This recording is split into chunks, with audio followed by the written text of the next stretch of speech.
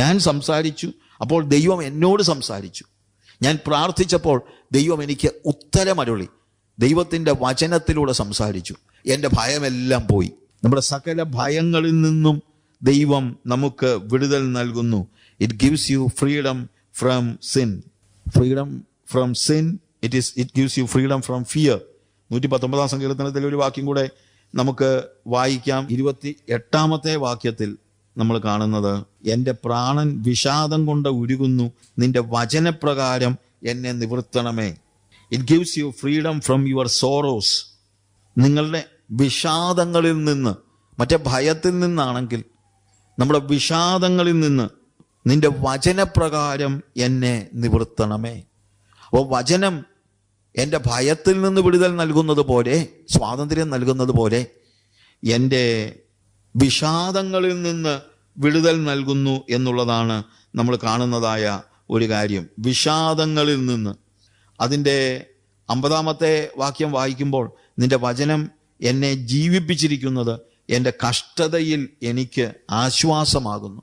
നിന്റെ വചനം എന്നെ ജീവിപ്പിച്ചിരിക്കുന്നു. ഈ 119 സങ്കീർത്തനം മുഴുവൻ വചനം നമ്മുടെ ജീവിതത്തിൽ എങ്ങനെ പ്രവർത്തിക്കുന്നു എന്നതിനെക്കുറിച്ചുള്ള ഒരു വലിയ കാര്യമാണ് നമുക്ക് മനസ്സിലാക്കാൻ കഴിയുന്നത്.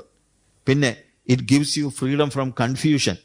എങ്ങനെ മുന്നോട്ട് പോകുമെന്ന് അറിയാൻ വയ്യാതെ കൺഫ്യൂസ്ഡ് ആയിരിക്കുന്നതായ സ്റ്റേജ്. നമ്മൾ വഴിയെക്കുറിച്ച് കേട്ട ഭാഗം തന്നെയാണ് 86 സങ്കീർത്തനം.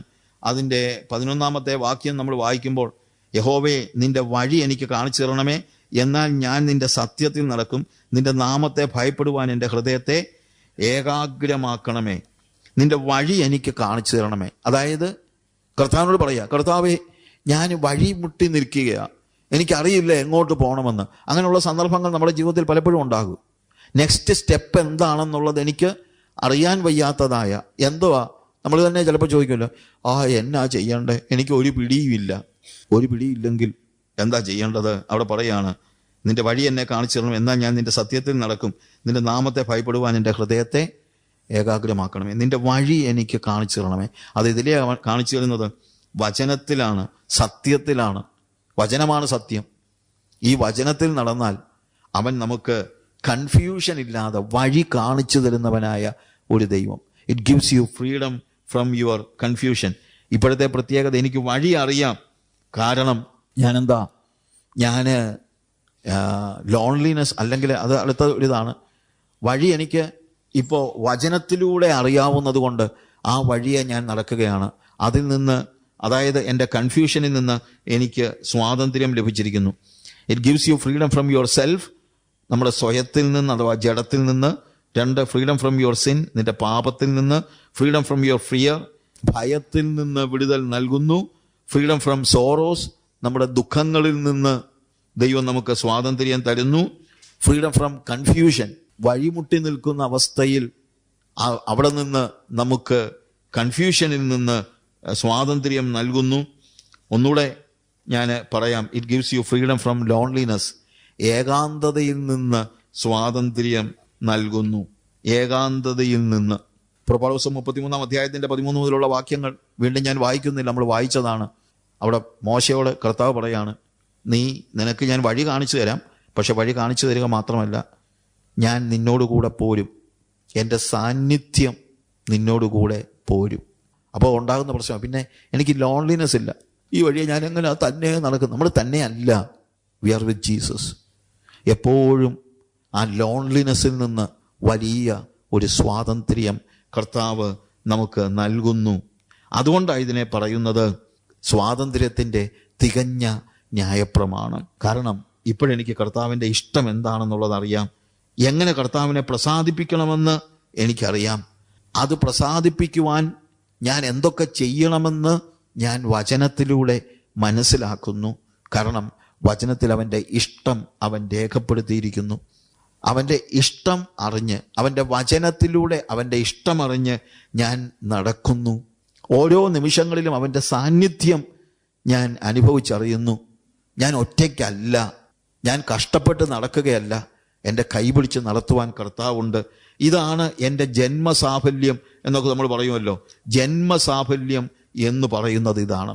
യഥാർത്ഥത്തിലുള്ള ജന്മസാഫല്യം. കർത്താവിൻ്റെ ഇഷ്ടം അറിഞ്ഞ് ആ പ്രവൃത്തി ചെയ്ത്, അത് വേണം കേട്ടോ. പ്രവൃത്തി യാക്കോബിന്റെ ലേഖനത്തിൽ നമ്മൾ വായിച്ചതാണല്ലോ.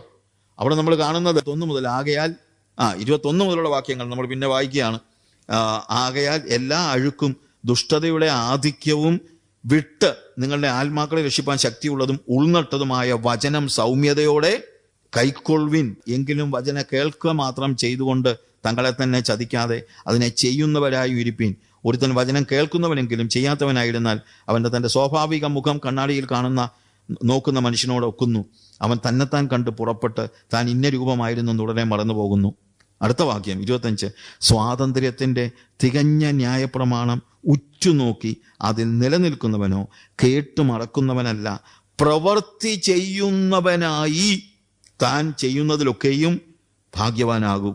അപ്പോൾ വചനാധിഷ്ഠിതമായ അവൻ പ്രവൃത്തി ചെയ്യുന്നവനായി. അപ്പോൾ വചനം വായിച്ച് ആ വചനത്തിലൂടെയാണ് അവൻ്റെ പ്രവൃത്തി മുഴുവൻ. അവനെ നിയന്ത്രിക്കുന്നത് വചനമാണ്. അങ്ങനെ ചെയ്യുന്നവൻ, ആ ന്യായപ്രമാണം ഉറ്റുനോക്കി അതിൽ നിലനിൽക്കുന്നവൻ, അത് പ്രവർത്തിക്കുന്നവൻ, അവൻ കേട്ടുമറക്കുന്നവനല്ല, പ്രവൃത്തി ചെയ്യുന്നവനായി താൻ ചെയ്യുന്നതിലൊക്കെയും ഭാഗ്യവാനാകും. എന്താണ് ഭാഗ്യം? വചനം അനുസരിച്ച് ജീവിക്കാൻ നമുക്ക് കഴിയുന്നതാണ് ഭാഗ്യം. അതനുസരിക്കുന്നവർക്കേ അതിൻ്റെ സുഖം മനസ്സിലാകത്തുള്ളൂ. എന്തൊരു സന്തോഷമായിരിക്കും. കർത്താവിൻ്റെ വചനത്തിലൂടെ കർത്താവിൻ്റെ ഇഷ്ടം അറിയുകയും ആ ഇഷ്ടം അനുസരിച്ചാണ് ഞാൻ ജീവിക്കുന്നതെങ്കിൽ ഭയങ്കര നമ്മുടെ ജീവിതത്തെ മാറ്റിമറിക്കുന്ന അവസ്ഥ നമുക്കുണ്ടാകും. നമുക്ക് ശരിക്കും അങ്ങനെ ഒരു ജീവിതമാണ് അത്യാവശ്യമായിരിക്കുന്നത്. നമ്മളെ മാറ്റിമറിക്കുന്ന ഒരു ജീവിതാനുഭവം. അതെങ്ങനെയാണ്? കേട്ടുമറക്കുന്നവനല്ല, പ്രവൃത്തി ചെയ്യുന്നവനായി താൻ ചെയ്യുന്നതിലൊക്കെയും ഭാഗ്യവാനാകും. ഒരു ബ്ലസ്സഡ് ലൈഫാണ്. ആ സ്വാതന്ത്ര്യത്തിൻ്റെ തികഞ്ഞ ന്യായപ്രമാണത്തിൽ ഉറ്റുനോക്കി. അതിൻ്റെ അർത്ഥം എന്നാ? എപ്പോഴും ഈ വചനത്തിൽ ഉറ്റുനോക്കിയാണ് ഞാൻ ജീവിക്കുന്നത് തന്നെ. നമ്മൾ ജീവിക്കുന്നത് അങ്ങനെയാ. വചനം, അതുപോലെ വചനം എൻ്റെ ജീവിതത്തിൻ്റെ ഭാഗമാവുകയാണ്. കാരണം എനിക്കറിയാം കർത്താവിൻ്റെ ഇഷ്ടം അടിസ്ഥാനപരമായി രേഖപ്പെടുത്തിയിരിക്കുന്നത് ദൈവത്തിൻ്റെ വചനത്തിലാണ്. അതുകൊണ്ട് ആ വചനത്തിൽ ഞാൻ നിലനിന്ന് ഉറ്റുനോക്കി അതിൽ നിലനിൽക്കുന്നവൻ പ്രവൃത്തി ചെയ്യുന്നവനായി താൻ ചെയ്യുന്നതിലൊക്കെയും ഭാഗ്യവാനാകും. ഒരു ബ്ലസ്സഡ് ലൈഫാണ്. അത് ആസ്വദിക്കുന്നതായ ഒരു അനുഭവമാണ്. ആസ്വദിക്കുന്ന ഒരു അനുഭവം. കർത്താവിൻ്റെ ഇഷ്ടം അറിയുന്നു, കർത്താവിൻ്റെ ഇഷ്ടം ചെയ്യുന്നു, അനുഗ്രഹീതമായ അവസ്ഥയിലേക്ക് വരുന്ന ഒരനുഭവം. അനുഗ്രഹീതമായ ഒരു അവസ്ഥയിലേക്ക് നമ്മൾ വരുന്നു. അതാണ് നമുക്ക് ആവശ്യമായിരിക്കുന്നത്. എഫെസ്യ ലേഖനത്തിൽ നമ്മൾ തുടങ്ങിയ ഭാഗത്ത് നമ്മൾ കാണുന്നതായ കാര്യം 1-ാം അധ്യായത്തിൽ 16 മുതലുള്ള വാക്യങ്ങളിൽ നിങ്ങൾക്ക് വേണ്ടി ഇടപെടാതെ സ്തോത്രം ചെയ്ത് എൻ്റെ പ്രാർത്ഥനയിൽ നിങ്ങളെ ഓർത്തുകൊണ്ട് നമ്മുടെ കർത്താവായ യേശു ക്രിസ്തുവിൻ്റെ ദൈവവും മഹത്വമുള്ള പിതാവുമായവൻ നിങ്ങൾക്ക് തന്നെക്കുറിച്ചുള്ള പരിജ്ഞാനത്തിൽ ജ്ഞാനത്തിൻ്റെയും വെളിപ്പാടിൻ്റെയും ആത്മാവിനെ തരേണ്ടതിനും നിങ്ങളുടെ ഹൃദയദൃഷ്ടി പ്രകാശിച്ചിട്ട് അവൻ്റെ വിളിയാലുള്ള ആശ ഇന്നതെന്നും വിശുദ്ധന്മാരിൽ അവൻ്റെ അവകാശത്തിൻ്റെ മഹിമാധനം ഇന്നതെന്നും അവൻ്റെ വല്ലഭത്വത്തിൻ വ്യാപാരത്താൽ വിശ്വസിക്കുന്ന നമുക്ക് വേണ്ടി വ്യാപരിക്കുന്ന അവൻ്റെ ശക്തിയുടെ അളവറ്റ വലിപ്പം ഇന്നതെന്നും നിങ്ങൾ അറിയേണ്ടതിനും പ്രാർത്ഥിക്കുന്നു. ഇത് നമ്മൾ ഇതുവരെ പറഞ്ഞ കാര്യങ്ങളിലൂടെ ഞാൻ പറഞ്ഞല്ലോ, ദൈവത്തിൻ്റെ ഇഷ്ടം നമ്മൾ എതിലെയാണ് അറിയുന്നത്? ദൈവത്തിൻ്റെ വചനത്തിലൂടെയാണ് അറിയുന്നത് എന്ന് നമ്മൾ പറഞ്ഞു. അപ്പോൾ പോൾ പറയാണ്, ആ വചനത്തിലൂടെ നിങ്ങൾ അത് അറിയേണ്ടതിന് വേണ്ടിയാണ് ഞാൻ പ്രാർത്ഥിക്കുന്നത്. നിങ്ങൾക്ക് വേണ്ടി ഇടപെടാതെ സ്തോത്രം ചെയ്തുകൊണ്ട് നിങ്ങളെ ഓർത്തുകൊണ്ട്. പൗലോസ് പറയാ, എനിക്ക് എഫേസ്യയിലെ വിശ്വാസികളോട് പറയാണ്, എനിക്ക് നിങ്ങളെക്കുറിച്ചുള്ള പ്രാർത്ഥന എന്താണ്? ശരിക്കും വായിച്ചു കഴിഞ്ഞാൽ നിങ്ങൾ ദൈവത്തിൻ്റെ ഇഷ്ടം, നിങ്ങളെക്കുറിച്ചുള്ള ഇഷ്ടം എന്താണെന്ന് നിങ്ങളൊന്ന് അറിയണം. അതാ എൻ്റെ പ്രാർത്ഥന. അത് വചനത്തിലൂടെയാണെന്ന് നമ്മൾ കണ്ടു. അത് അറിഞ്ഞിട്ട് നിങ്ങളത് ചെയ്യണം. അറിഞ്ഞാൽ എഫേസ്യയിലുള്ളവർ ചെയ്യും. കാര്യം അവരെ ഇഷ്ടം അറിയാൻ നോക്കിയിരിക്കുകയാണ്. അപ്പോൾ പോൾ പറയാണ്, എൻ്റെ പ്രാർത്ഥന എന്താണ്?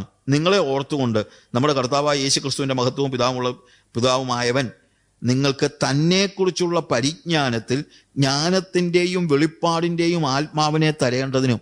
പൗലോസ് പ്രാർത്ഥിക്കുക, കർത്താവേ, അവർക്ക് ജ്ഞാനത്തിൻ്റെയും പരിജ്ഞാനത്തിൻ്റെയും വെളിപ്പാടിൻ്റെയും ആത്മാവിനെ കൊടുക്കണമേ.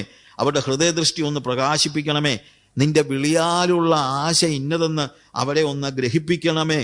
ആ ആശയ്ക്ക് വേണ്ടി ഉള്ള ശക്തി എന്താണ്, അതിൻ്റെ അളവറ്റ വലിപ്പം ഇന്നതെന്ന് ഗ്രഹിപ്പിക്കണമേ. നിങ്ങളിതൊന്ന് വായിച്ചു നോക്കുക. പിന്നീട് കുറച്ചുകൂടെ ഇരുത്തി ഒന്ന് വായിച്ചു നോക്കുക.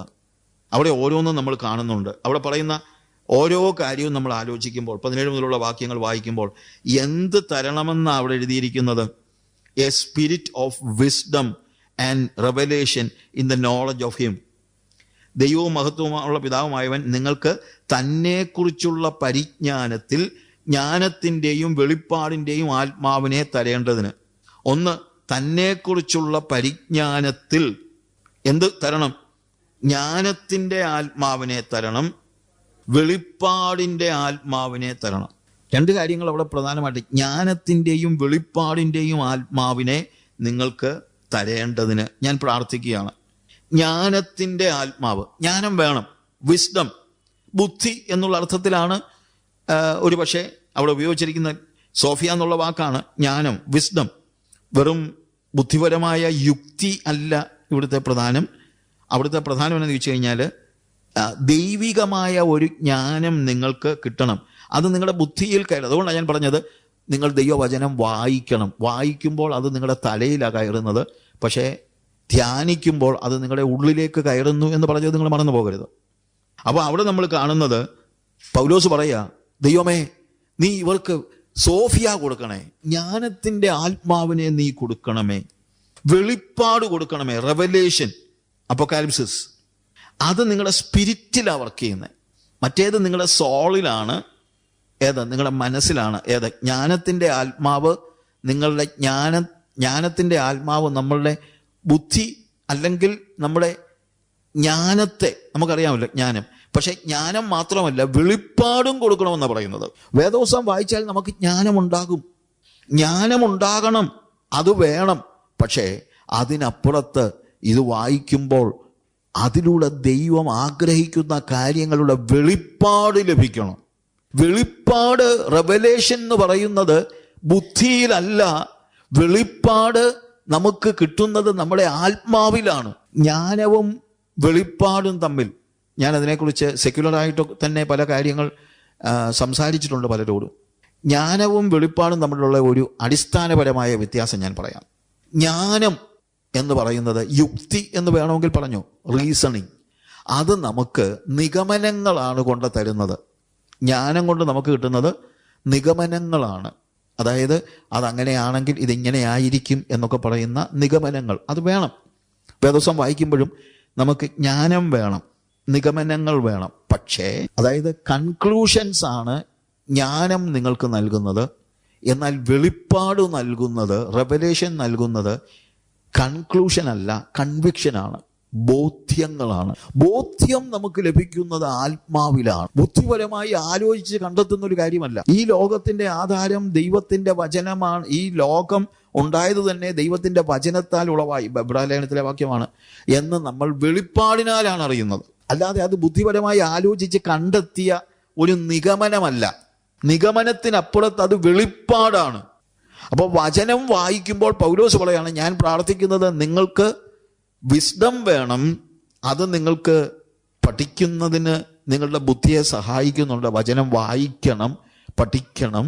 അത് നിങ്ങൾക്ക് അറിവ് പകർന്നു തരും. അറിവ് അത് സാധാരണക്കാരും വായിച്ചാലും മനസ്സിലാകും. പക്ഷേ അതിനപ്പുറത്ത് ഞാൻ പ്രാർത്ഥിക്കുന്നത് നിങ്ങൾക്ക് വെളിപ്പാട് ലഭിക്കണം. എന്താ വെളിപ്പാട്? ഉറപ്പാണ്, നിഗമനങ്ങളല്ല, ബോധ്യങ്ങളാണ്. വേദപുസ്തകത്തിലെ സത്യങ്ങളൊക്കെ നമ്മൾ മനസ്സിലാക്കുന്നത് യുക്തിപരമായി ആലോചിച്ച് ഒരു ഉത്തരം കണ്ടെത്തുകയല്ല. അങ്ങനെയുള്ള ടീച്ചേഴ്സൊക്കെ ഒത്തിരി ഉണ്ട്. എല്ലാത്തിനും യുക്തിപരമായി ഉത്തരം കണ്ടെത്തി ഓരോന്ന് പറയുന്നത്.